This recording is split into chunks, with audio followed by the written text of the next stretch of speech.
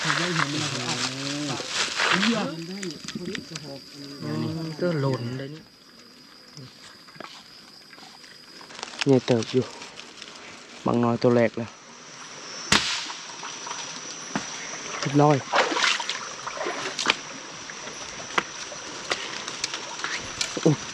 นี่นาลิทักทายสบายดีและกล่าวสวัสดีพ่อแม่พี่น้องมื้อนี้นะมาพางกะสีใดเข้าป่าอีกแล้วนะตุลซับกะยังเพแต่กะทีมงานเฮาเข้าป่าเลยอดบ่ไหวนะว่าไงอดบ่ไหวก็เลยเข้าป่านำทีมงานแต่กะถ้าติดตามอีกว่าเฮามาจากคนมื้อนี้นะฮอดป่ามาพางกะเปิดคลิปพอดีเลยหลายวันเลยแต่ว่าเงินบ่มีในกระเป๋าเฉยบ่ทันได้บอกบ่ทันได้ลมมือดองมันมีไม้ตาเป็นคนเท่าใดหลายคนอยู่แต่ว่าบ่กล้าดังฟืนดังไฟสิเป็นจังไดกินปลาสบายดีสบายดีสบายดีคุกอะไรได้ก้อยบ่ปลากับปลาใหญ่จริงๆเนาะปลาใหญ่พี่น้องปลาใหญ่ปลาลงเฮ็ดโคอยู่ห้วยเนาะบ่ชินปลาใหญ่นี่นะปลาไปเลยว่ากินหญ้าปลากินหญ้าคือกันเนาะพี่น้องคนไทยปลานวลจันทร์เมืองนอกเด้ปลากินหญ้าคือกันปลากินหญ้าคือกันแต่มันบ่กินหญ้าเด้มันกินหญ้ากินดินบ่กินบ่ได้หญ้าพันเทียนสบายดีไอ้เพชรสบายดีมารอบ3มาหอมนี่มานิ่งเนาะมาแล้วก็มารถนะเขาเอาปลาใหญ่มาซุกมาได้มากินรถนะไปได้ไอ้ใหม่ว่าได้ดีผู้จักผู้ใดเลยสบายดีไอ้เหี้ย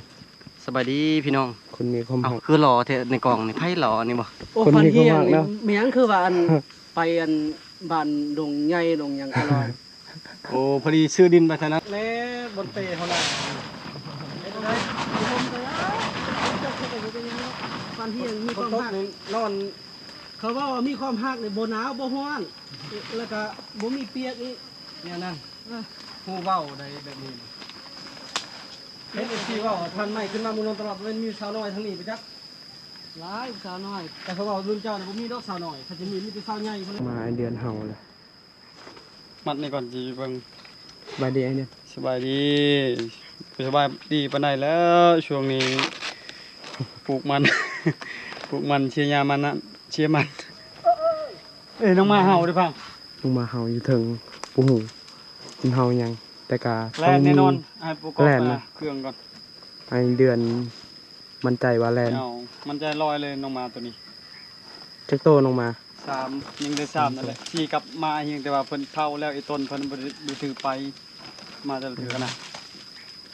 มาเด้อพี่น้องหากินบางมือมันกินของแซ่บ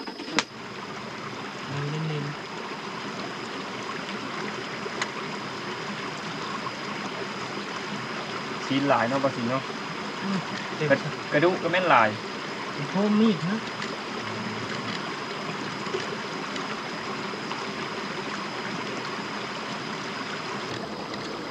ทอดโอ้โหขันกองอะไร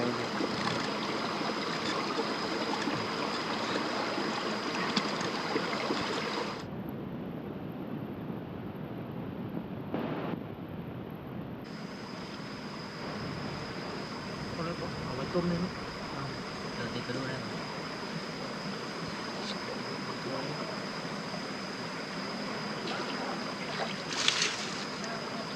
แซลมอนเราชุดที่หินได้เอาชุดที่หินได้ปลาเลยมีเลยปลาพวกแบบนี้แหละพันไม้หมักเนื้อทั้งเบิดนี่แหละบ่มีปลานี่แหละมีแต่ซีนปลาทั้งเบิดบ่มีกระดูกซีนเบิดให้เนาะซอยจุซอยก้อยบ่อันซอยตัดแบบนึงฮะซอยตัดเลยบ่ได้นะมี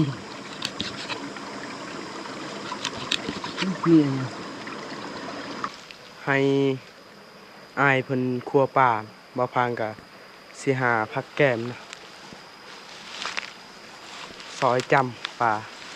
ากินหญ้า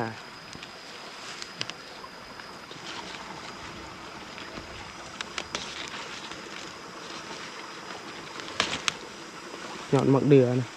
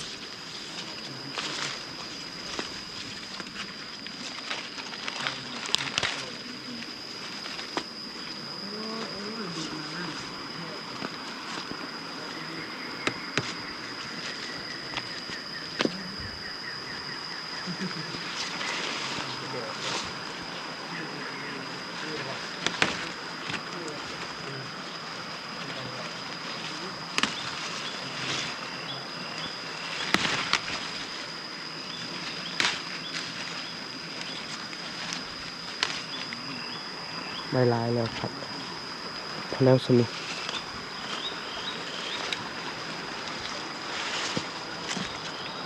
มาโอเคมาค่อยๆเอาแล้ว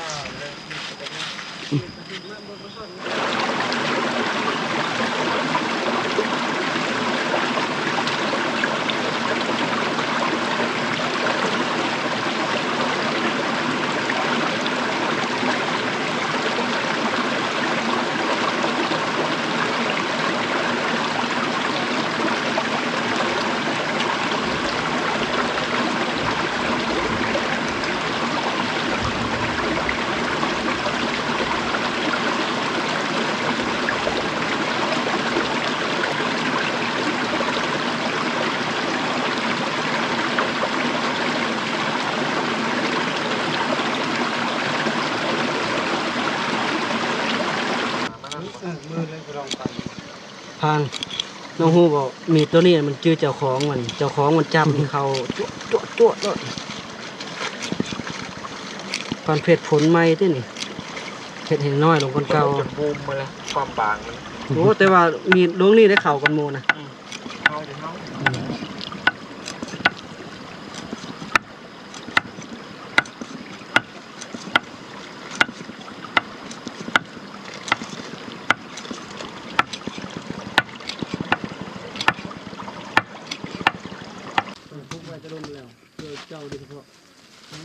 นี่กอไม้ไผ่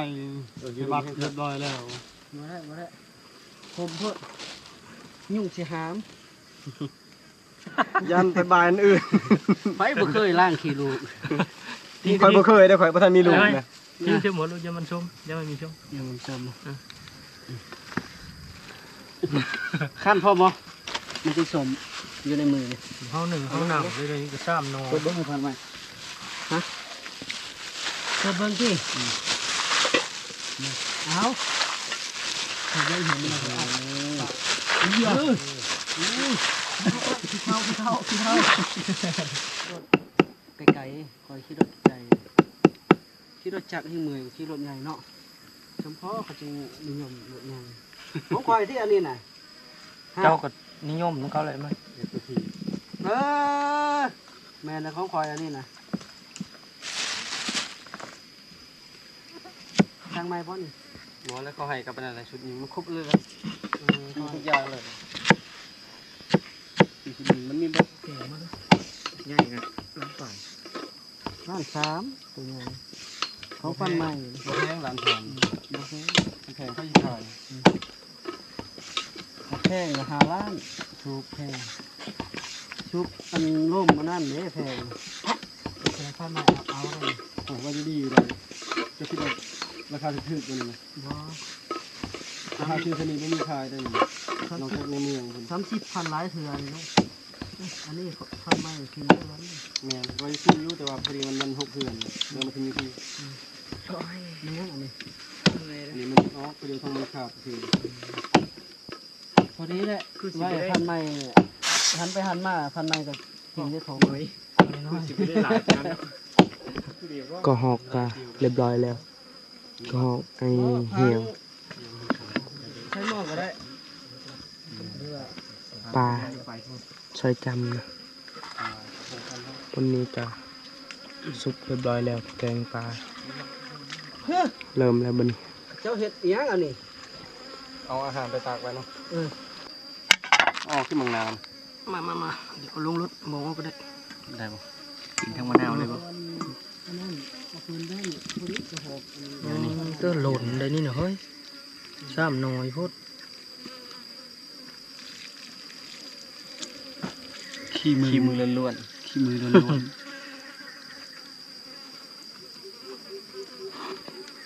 เมื่อคืนไปหาสะอ่อยบุญยักษ์ไปหาอะไรก่อนจะมาบ่ ยิกจนแดงว่าน้องมือกันเนาะ ช่วยใส่ครับรถไถได้มือนี่ ใช่น่ะ ไถนา อันนี้สุดได้ตัวใหญ่เลยเนาะครับ ตัวตกแล้วเต็มกระชามเนาะ จะได้ดิเจาะพักลงนี้เลยดิบ่เป็นหยังบ่เป็นหยัง เขาเข้าใจ มาพัก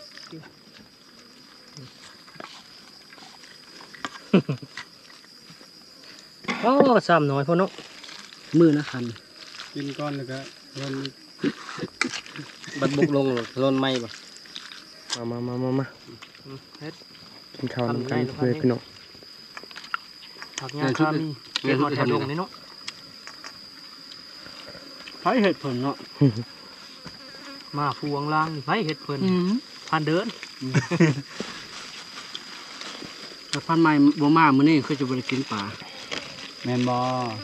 แม่นไหนพันใหม่แล้วจะบ่ได้กินคนอื่นน่ะบ่จัก คนอื่นจะกินเนาะ นี่พันใหม่มา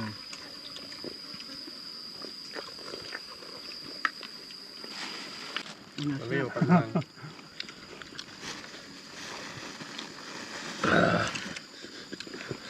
เห็นพันเดือน2คนเนี่ยจะตอบเห็ด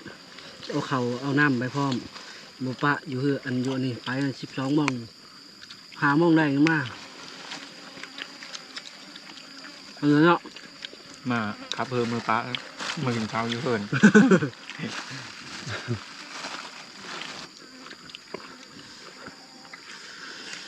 กินข้าวกะอิ่มเรียบร้อยแล้วพอดีค่ำนะตอนนี้นะ8 โมงทีมงานเฮากะพากันไปการนะเพราะว่ามื้อนี้นะเฮามาฮอดพี่นะค่ำก่อนพอดีเฮ็ดกินข้าวพอดีค่ำบ่ทันไปรับนะมีแต่ไปการเลย ตอนนี้เฮาก็สิไปการอีกไปการกับไอ้เฮียง2 คน แต่บ่ฮู้สิมานหรือบ่จังไดก็ท่าติดตามอีกว่าเฮาสิไปแถวใดนะ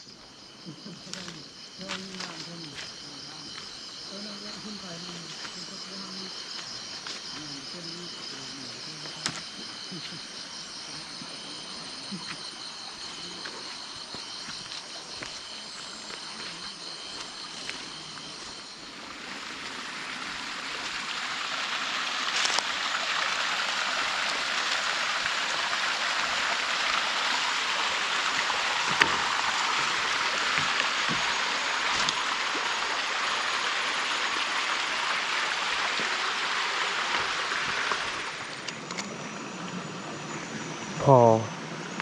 หมักม่วงเลยมีแนวกินนะ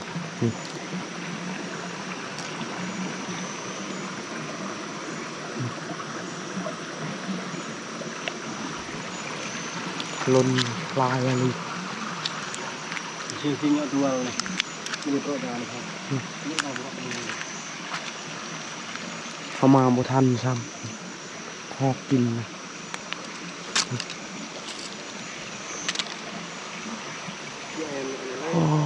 ยังดกอยู่นะถึงบางน้อยนะถึกแล้วบ่ตกซ้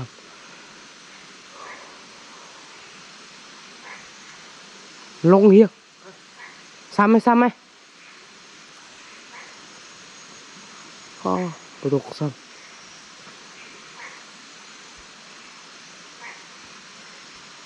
เห็นบ่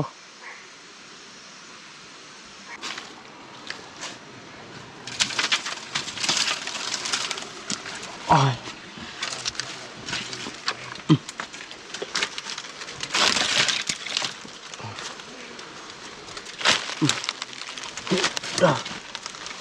นี่ได้ไหม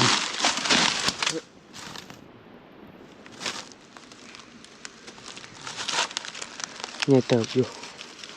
บางน้อยตัวแรกแล้วพอพายิงบ่ตายนะยังเฮียงซ้ำไปลุ้นต่อไป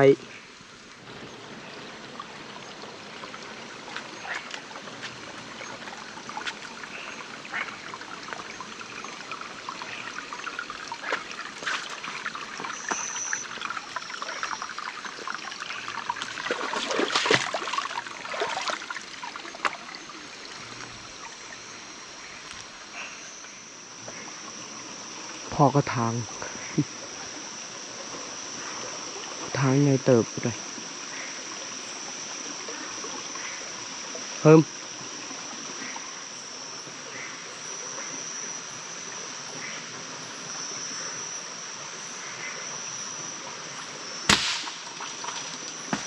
เรียบร้อย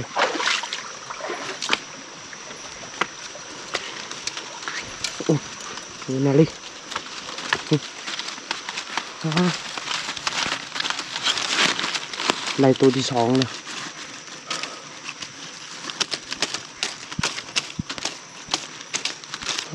ลุ้นนิดโอ้ยอยู่บนนี้นะ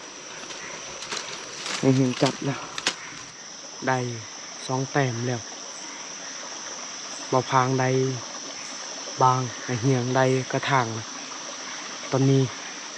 ได้โคโลโตแล้วแต่กระทาตามอีกนะพักผ่อนก่อนเมื่อยพอดีพอมุกเดือนะมุกเดือสุดจะมีอะไรกินบ่ลุกกว่าเลยโทมีอะไรกินนะมุกเดือเต็มมาหยะเลยตรงนี้นะ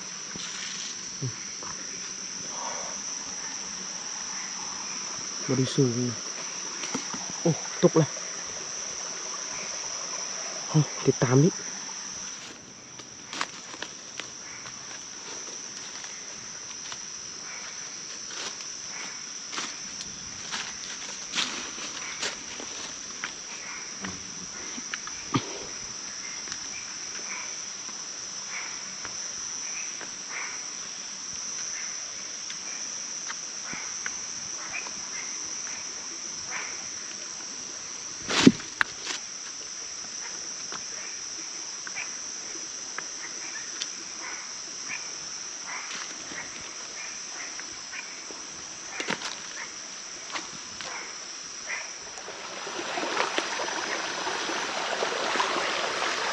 ก็ทาง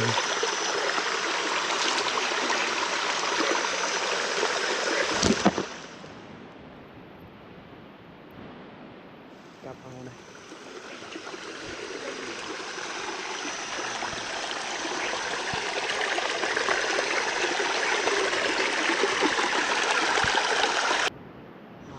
เอาไปลูกเดินมา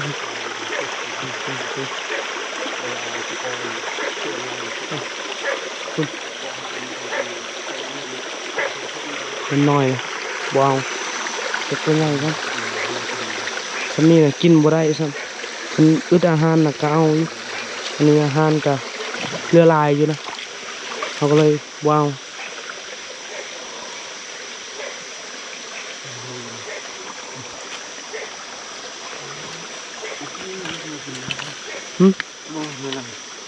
งงกินไม่ไหมเลย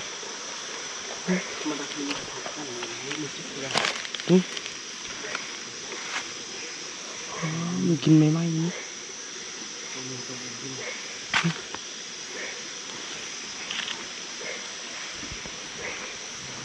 มีเนื้อกินไม่ไหมลูก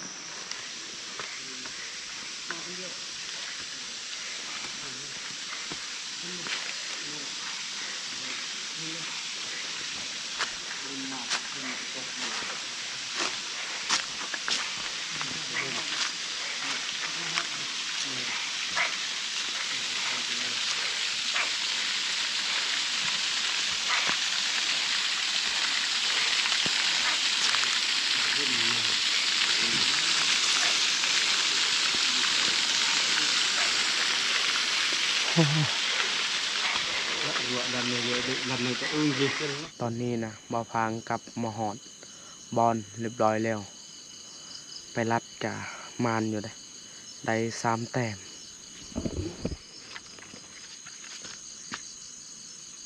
นี่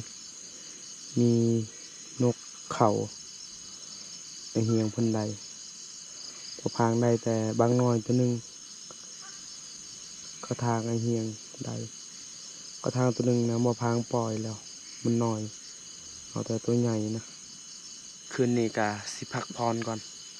เพราะว่าทีมงานเฮาก็ไปการนะไอเพชรไอไม้ไอเดือนนะไปการบอลเพิ่นได้หมู่ป่ามื้ออื่นเพิ่นสิมาบอลจังไดก็ทาติดตามอีกวันนั้นน่ะบ่พางพอจักมันยังกินมะม่วงมีแต่รุ่นมื้ออื่นเช้าแต่เอาสำหรับคลิปนี้ก็สิบ่มีหยังหลายก่อนอื่นก็ต้องขอบใจพ่อแม่พี่น้องที่ติดตามและให้กำลังใจคลิปหน้าพบกันใหม่บ๊ายบาย